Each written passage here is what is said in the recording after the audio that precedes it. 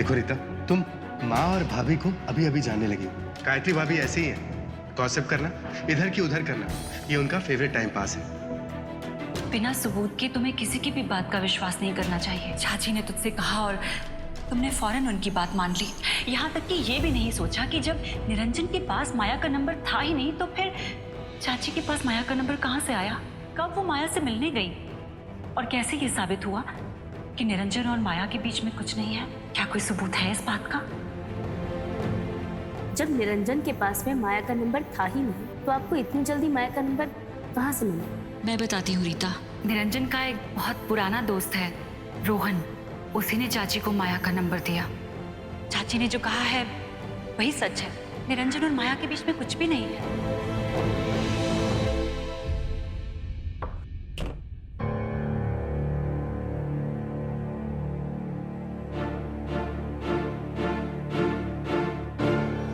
क्या हुआ रीता?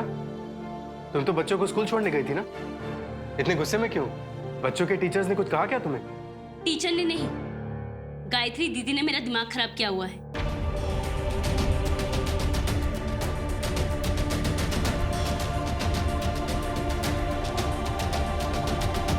क्या किया गायत्री भाभी ने? वही दीदी की पुरानी ट्रिक, हर वक्त एक्स्ट्रा स्वीट बनने की कोशिश करती रहती है और खासकर माँ जी के सामने ये दिखाना चाहती है कि वो कितनी अच्छी और कितनी बेचारी है।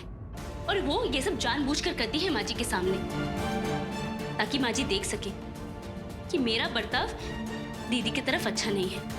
दीदी अच्छी तरीके से जानती है कि मैं उनसे बात नहीं करना चाहती, लेकिन फिर भी उनका मेरे हर मामले में बोलना बहुत जरूरी है। मुझे समझ ही नहीं आता कि दीदी ये क्यों प्रूव करना चाहती है कि वो बहुत अच्छी, बहुत महान इंसान है।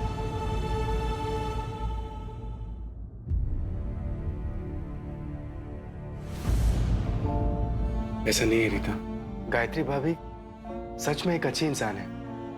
उन्हें दिखावा करने की जरूरत है ही नहीं। अरे वाह, आज तक तो आप खुद उनकी बुराई करते रहते थे और आज मैंने कुछ कह दिया तो आप उनकी तरफदारी कर रहे हैं। अच्छा तुम बैठो बैठो।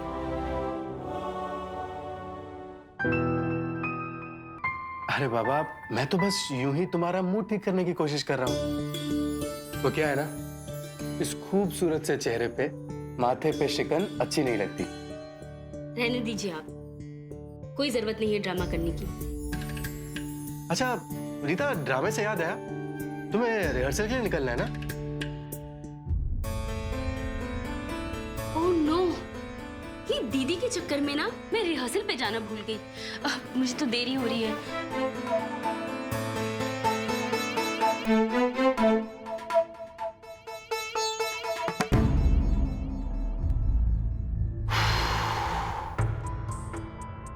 चलो शुक्र है मैडम का ध्यान बना, वरना आज का तो मेरा पूरा दिन बर्बाद हो जाता।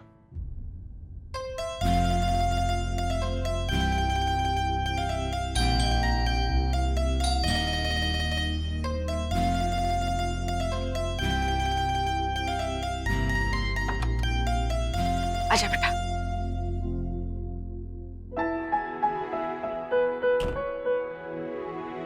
तू समीर के साथ गया था ना?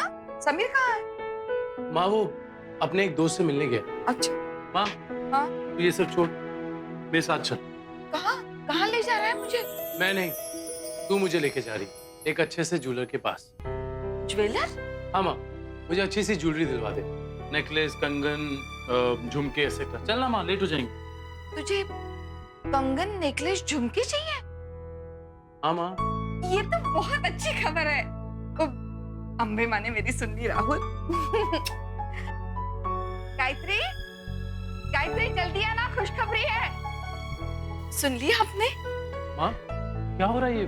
गायत्री भाभी को क्यों बुला रही है? अरे तूने इतनी अच्छी खबर सुनाई है, गायत्री के साथ भी तो खुशी बांट लूं। क्या बोल रही है माँ? कौन सी खुशखबरी? उदय 1 मिनट होल्ड कर, तेरी दादी बुला रही है। गायत्री, आज मैं बहुत खुश हूँ। मेरी बरसों की मनोकामना पूरी हुई है। अगर तू सुनेगी ना तो तू भी उछल पड़ेगी। हाँ हाँ चाची, लेकिन हुआ क्या? राहुल मुझे ज्वेलर के पास ले जाना चाहता है। उसे कंगन, नेकलेस और झुमके खरीदने हैं। जेवर गायत्री, जेवर जेवर। राहुल, वाह, ये तो बहुत अच्छी खबर है। उदय, एक मिनट। उदय, मैं तुझे बाद में फोन कर। मम्मा, ये राहुल चाचू ज्वेलरी क्यों खरीद रहे हैं? लो, उदय पूछ रहा है चाचू ज्वेलरी क्यों खरीदना चाहते हैं। उदय, एक मिनट, मैं फोन स्पीकर पे डाल देती हूँ तो खुद ही पूछ ले।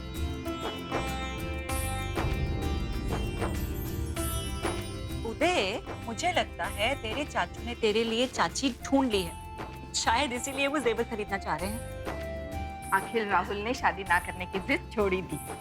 लेकिन राहुल, ये तो बता, लड़की कौन है? माँ, कोई लड़की नहीं है। मैं किसी लड़की के लिए जेवर नहीं खरीद रहा हूँ। झूठ। मुझे और तेरी भाभी को बेवकूफ मत बना। अगर लड़की नहीं होती तो तू जेवर खरीदने की बातें क्यों करता? हाँ राहुल, अगर कोई लड़की ही नहीं है तो फिर ये जेवर क्यों खरीदने हैं तुम्हें? हाँ मम्मी, राहुल चाचू को फोन दीजिए ना, मैं उन्हें खुद विश कर देता हूँ। हाँ, एक मिनट।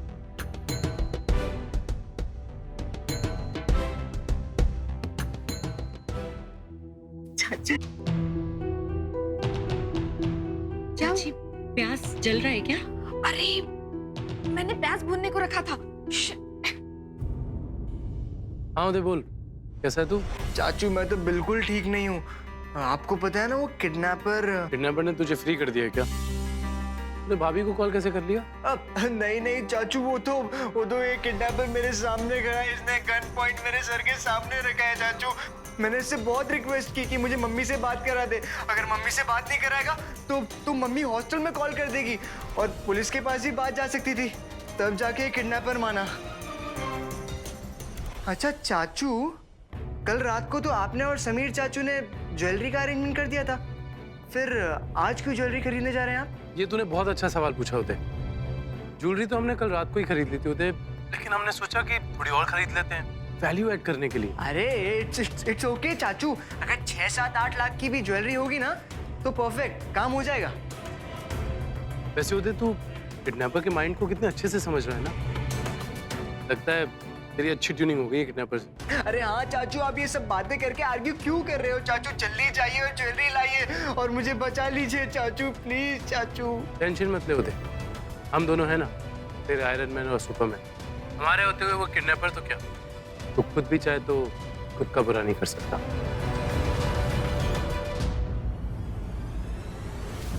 खुद का खुद भी बुरा नहीं कर सकता? ये क्या बोल रहे थे चाचू?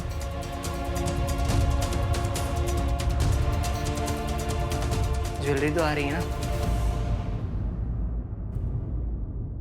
बेटा, मुझे लगता है तेरे राहुल चाचू ने तेरे लिए चाची ढूंढ ली है। माँ, मैंने मेरी प्रार्थना सुन ली। मेरी बरसों की मनोकामना पूरी हुई है।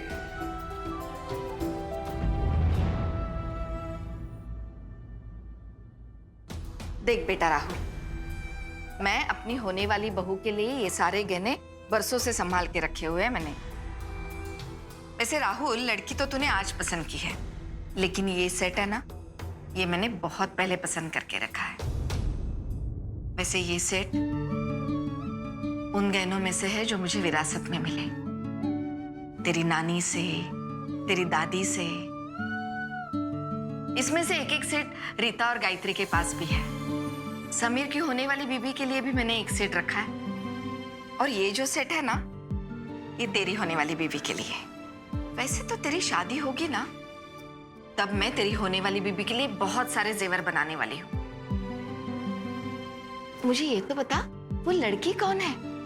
उससे मैं मिलना चाहती हूँ, ढेर सारा प्यार और आशीर्वाद देना चाहती हूँ। उस लड़की की वजह से तू तनु की यादों से बाहर निकला है। बस कर माँ, तनु की यादों से मुझे कभी कोई बाहर नहीं निकाल सकता। कोई लड़की नहीं है मेरी जिंदगी में। किसी लड़की के लिए ज्वेलरी खरीदने नहीं जा रहा हूं मैं। क्यों एक छोटी सी बात का इतना बड़ा पतंगड़ बना के ड्रामा शुरू कर दिया तूने? 1000 बार कह चुका ना तुझसे, मैं जिंदगी भर शादी नहीं करूंगा। इतनी सी बात समझ में नहीं आती?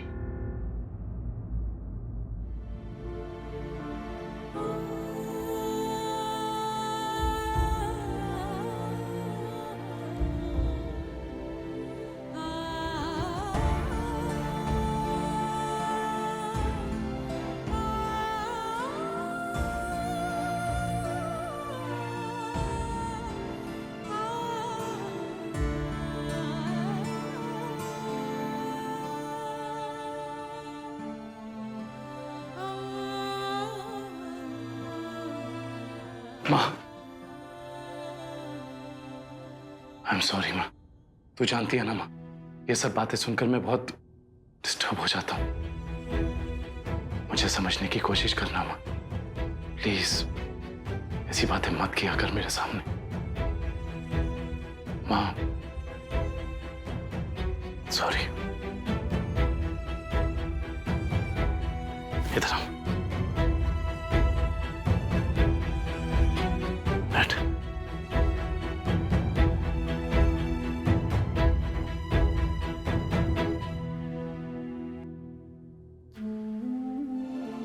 आई एम रियली सॉरी माँ, माफ कर दे मुझे। मैं तेरा दर्द समझती हूँ राहुल, लेकिन तूने ज्वेलरी की बात की तो मेरे मन में उम्मीदें जाग गई। माँ, वो जेवर तो मुझे समीर की एक फोटोशूट के लिए चाहिए। लेकिन उसके काम के लिए तू ज्वेलर से जाकर असली जेवर क्यों खरीदना चाहता है, इतने महंगे वाले? नहीं माँ, वो समीर ने कहा था, वो क्या कहते हैं उसे, इमिटेशन सिल्वर के ऊपर वो गोल्ड कोटिंग करते हैं, वैसी उसे कुछ ज्वेलरी चाहिए थी। तू बस मेरे साथ मार्केट चल और मुझे ऐसी ज्वेलरी दिलवा दे। उसके लिए मार्केट जाने की जरूरत नहीं है, मेरे पास इमिटेशन ज्वेलरी बहुत सारी है, मैं अभी लेकर आती हूँ।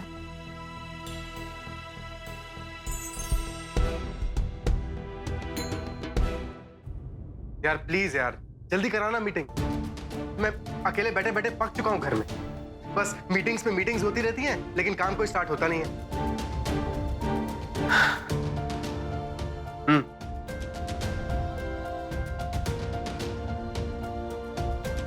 चल ठीक है, बाय।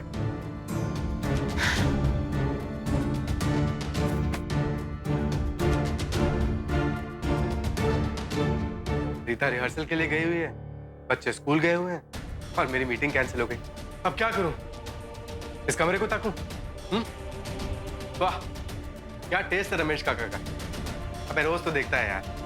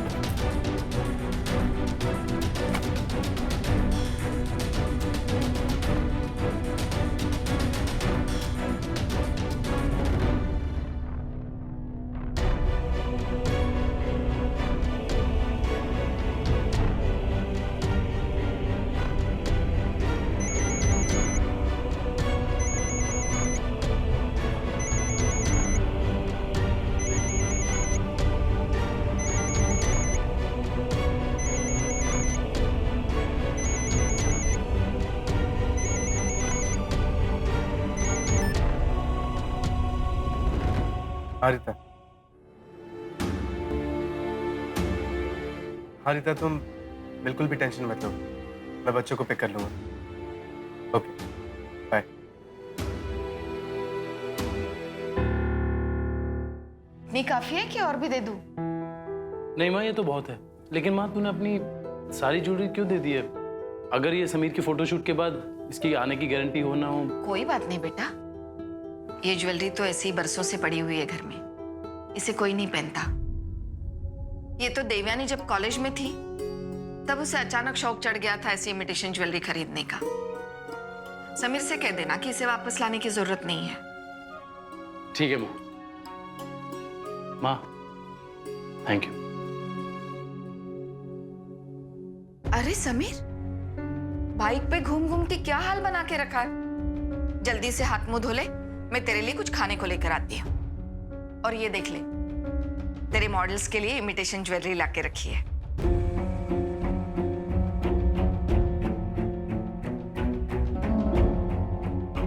काम हुआ? बड़ी मुश्किल से मिला भैया। इसमें वो फंक्शन है ना? हाँ भैया, इसमें ऑटो आंसर वाला फंक्शन है। मैंने इसे साइलेंट पर कर दिया और वाइब्रेशन मोड से भी हटा दिया। अब हम इसे चुपचाप इस बैग में कहीं छुपा देते हैं। जब भी हम इस पर फोन करेंगे फोन अपने आप आंसर हो जाएगा एंड फिर हम आराम से उदय और मैंडी की बातें सुन सकते हैं। सुपर, चल पैकिंग करते हैं। जी।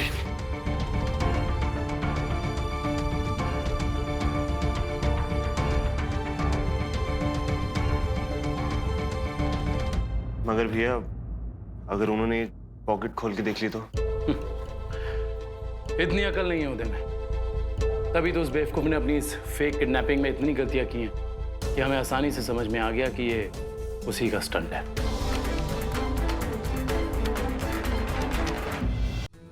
मॉम नेटवर्क नहीं है, मैं करता हूँ फोन। मॉम मॉम लो नेटवर्क एरिया है। Mom hello hello hello mom, आवाज नहीं आ रही। उदय बहुत बड़ी प्रॉब्लम हो गई यार। कॉलेज अथॉरिटीज ने हर उस बच्चे के घर मेल करना स्टार्ट कर दिया जिसकी अटेंडेंस कम है। अबे यार अपनी अटेंडेंस लो नहीं बल्कि 0 है, 0। मेरे घर तो ऑलरेडी मेल कर चुके हैं। मेरी मॉम सुबह से जो मुझे फोन कर करके लेक्चर दे रही है ना यार, साला एक प्रॉब्लम खत्म नहीं होती दूसरी आ जाती है। एक तो वो पिंटू नाइटमेयर बना हुआ है, उससे डील नहीं कर पा रहे हैं, और अभी अटेंडेंस, पता नहीं इससे कैसे डील करेंगे यार। डील डील हम क्या करेंगे, हमारे पेरेंट्स करेंगे हमसे। ले तू भी सुन ले मेरी माँ की कचकच। कितना बड़ा धोखा दिया तूने अपनी माँ को मैंडी। 9 महीने तुझे अपनी कोख में रखा, इतनी तकलीफ उठा के तुझे पैदा किया, इतना लाड प्यार किया, किस लिए? ये दिन देखने के लिए? मेरी तो किस्मत ही फूट गई। इतना ट्रस्ट किया था तुझ पर, ट्रस्ट करके हॉस्टल भेजा, और एक बात बता, तू वहाँ कर क्या रहा है? हाँ, अगर कॉलेज अटेंड नहीं कर रहा है तो? मॉम मेरी बात सुन, मैं समझाता हूँ तुम्हें। तेरा बेटा बहुत बड़ा काम करने में बिजी है। इसका मतलब मेरे डैड के पास भी ईमेल गया होगा। उदय के कॉलेज से मेल आया है। Mister Parimal Mehta, bringing to your notice your son Uday Mehta has shown very low attendance in college.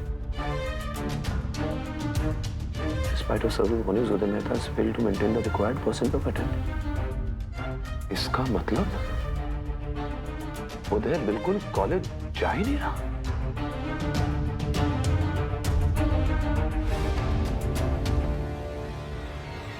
उसके कॉलेज में ही फोन करता हूँ। सोच ले उदय, सोच ले जितना तुझे सोचना है कि मैं तेरी जिंदगी में इंटरफेयर कर रहा हूं, पर अब और कोई चारा नहीं है।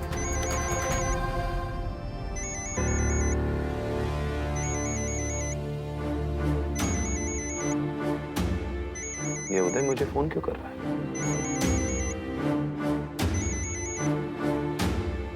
हेलो हेलो पापा, कैसे हैं आप? मैं ठीक हूँ बेटा, तू कैसा है?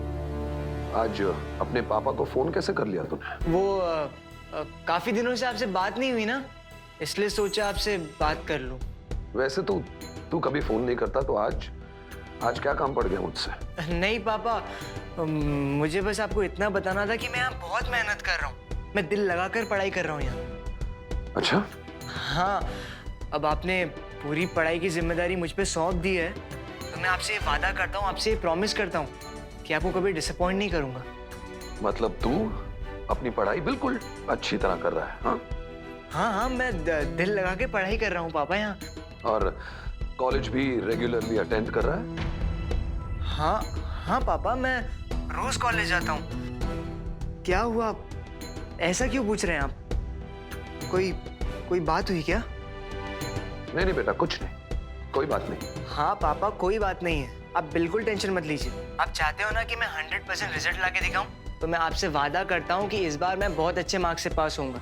और आप ये कॉलेज और पढ़ाई की टेंशन लेना छोड़ दीजिए, मत सोचिए इतना।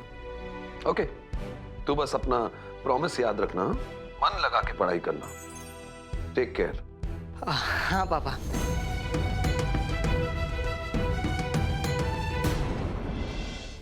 मेरा अपना बेटा मेरे मुंह पे झूठ बोलते जा रहा है और हिचकिचा भी नहीं।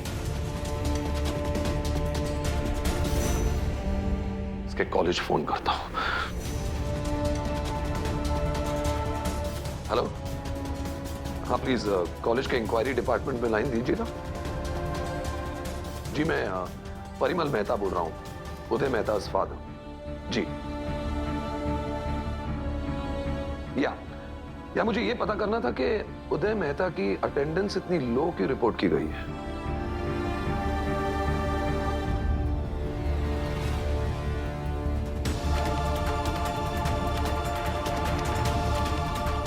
थैंक गॉड अभी तक पापा को ईमेल नहीं पहुंचा है। लेकिन ये पिंटू का मैटर जल्दी निपटाना होगा।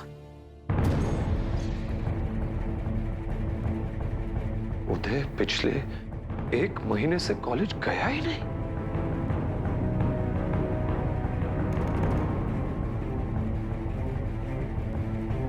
इसके हॉस्टल में फोन करता हूं।